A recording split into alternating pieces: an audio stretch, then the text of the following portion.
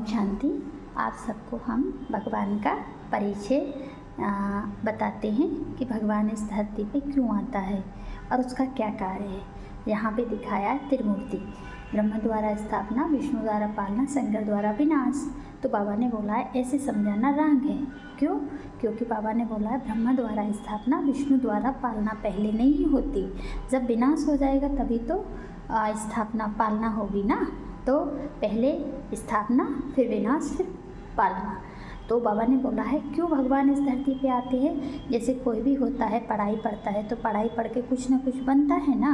तो जहाँ पे भी हम सब बच्चे अलौकिक पढ़ाई पढ़ रहे हैं। एक होती है लौकिक पढ़ाई जिससे हम पढ़ के डॉक्टर, इंजीनियर या वकील बनते हैं, लेकिन भगवान आके भाग बनाता है। भग माना इस सृष्टि पे आके सब मनुष्य सृष्टि का उद्धार करने के लिए परमपिता परमात्मा इस धरा पे आता है।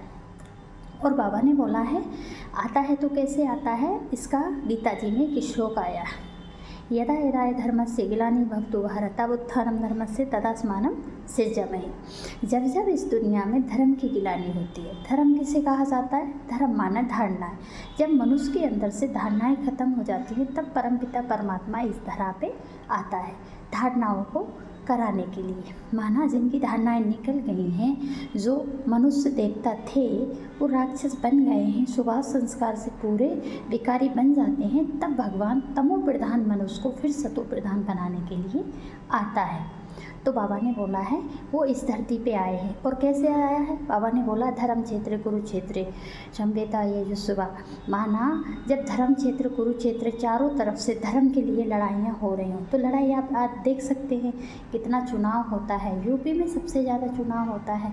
तो बाबा ने बोला है क्योंकि भगवान आता है तो एक एक आत्माओं को चुनता है। और जो धर्म क्षेत्र कुरुक्षेत्र का जो मैदान है ना, बाबा ने बोला 1937 में इसका नाम धर्म क्षेत्र कुरुक्षेत्र मैदान नहीं था, इसका नाम था स्थानेश्वर।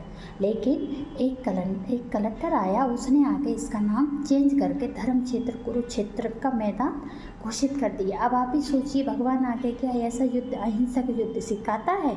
नहीं, भगवान आके हमारे विकारों से लड़ना सिखाता है, ना कि दुनिया वालों से लड़ना।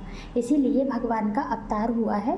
पुरानी दुनिया विनाश होने वाली है, नई दुनिया स्थापना होने वाली है।